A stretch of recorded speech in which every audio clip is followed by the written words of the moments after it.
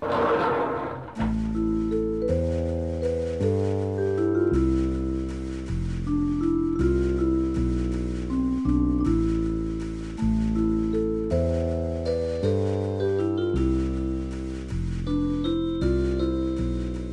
pas des Français.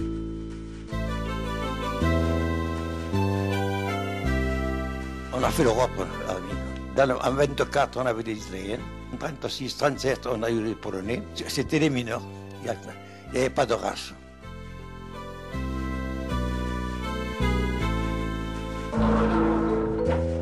Pendant les années d'après-guerre, les fameuses 30 glorieuses, la mine manque de bras. Alors les charbonnages recrutent au-delà des frontières. On embauche des Italiens, des Polonais du bassin allemand de Westphalie, mais des Catalans aussi, des Asturiens écrasés par la dictature franquiste. Puis viennent les Ukrainiens, les Marocains. Au fond, pas de racisme, pas de xénophobie. Une gueule noire précise, l'Europe, elle s'est faite en bas, dans les mines. Aucun immigré, des mineurs seulement, sans race et sans couleur.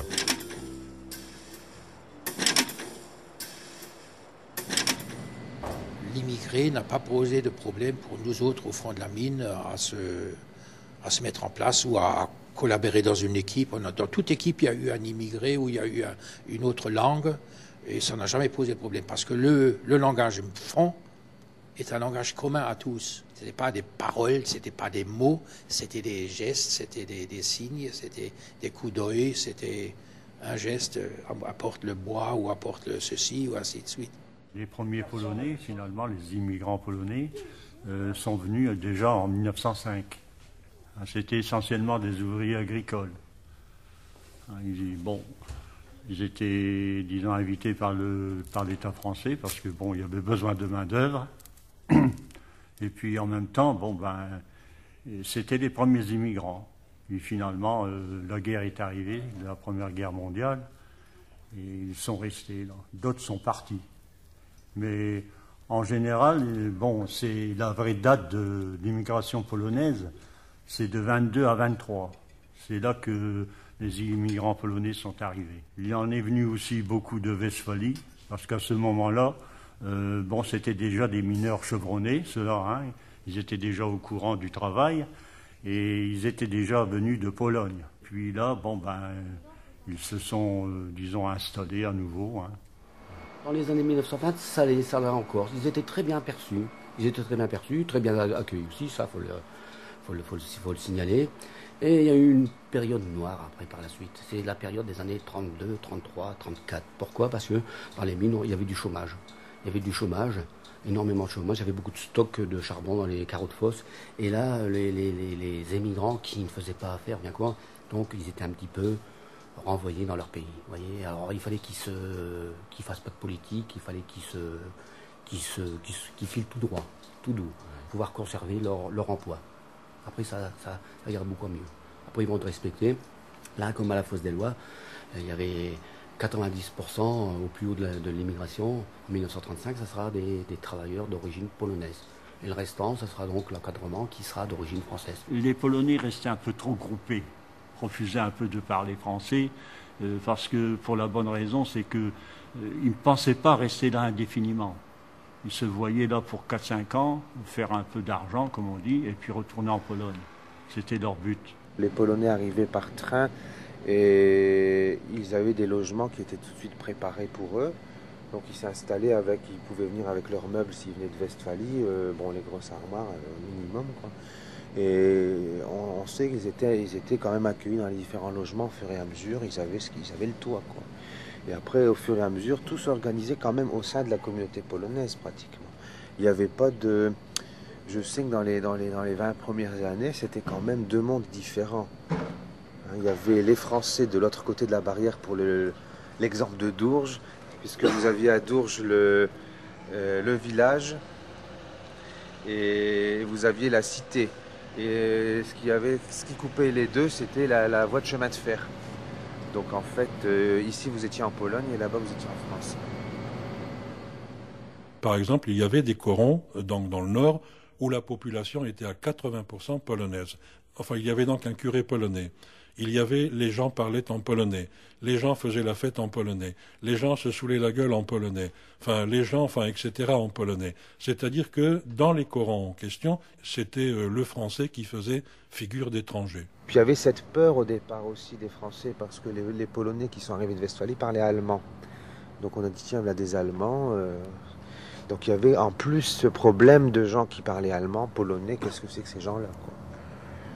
Après la Première Guerre mondiale, l'idée a été donnée ici aux compagnies minières, vous avez une main-d'œuvre, il y a une main-d'œuvre déjà formée, qualifiée en Allemagne, qui sont les Polonais qui sont venus donc de Pologne, qui étaient des régions qui étaient en Allemagne en fait, et des gens donc qualifiés qui pourraient venir travailler en France. Et donc ce sont des contrats qui ont été signés dans les années 20 avec donc les compagnies minières.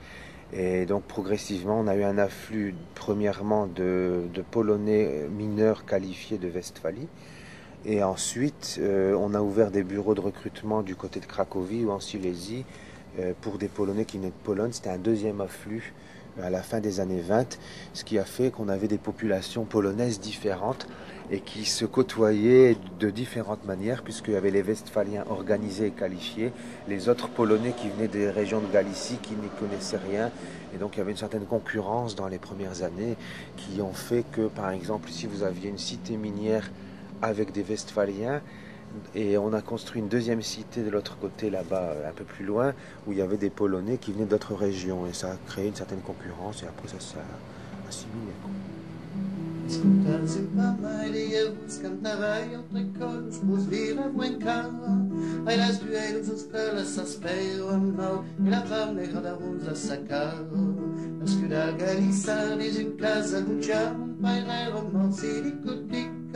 Agli padres anche mai Rome la inse e la classe repas l'America. Esposeria 15 anni, un milione di 20 anni, 4 fan la isere lo triacce. Mangiare in cauchetense con nostre talento, giù a livello caumagge.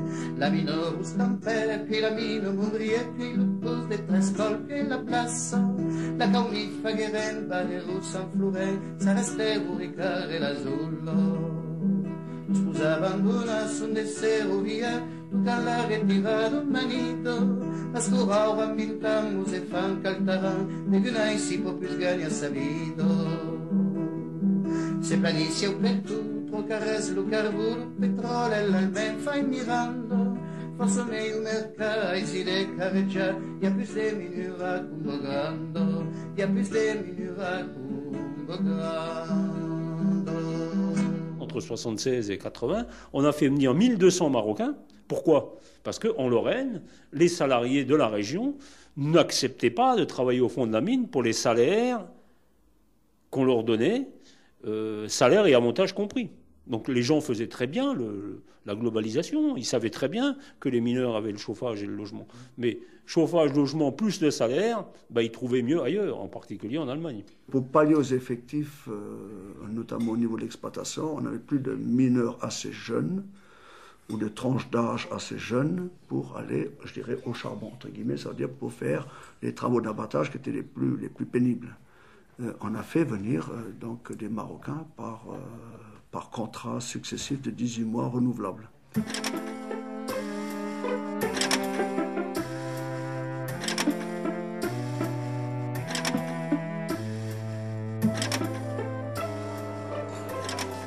Les Marocains, par exemple, ils avaient le ramadan, ainsi de suite. Et des mineurs au fond de la mine, et surtout ceux qui étaient d'origine marocaine, par exemple, ou algérienne, c'était très dur pour eux. Pourquoi? Parce que, bien souvent, dans la journée, ils mangeaient rien, ils buvaient rien. Ils mangeaient que le soir et la nuit. Et quand ils travaillaient du matin, ils venaient, ils avaient mangé la nuit, mais jusqu'au soir, ils ne mangeaient rien. C'était des gars très bien. On les avait envoyés dans les travaux les plus durs, au rocher. À l'époque, le rocher, et on ne prenait pas de soin les moyens de sécurité comme actuellement. Ils foraient à sec dans le rocher, mais la plupart de ces Polonais, à 35 ans, ils n'étaient plus en vie. Ils étaient morts de silicose.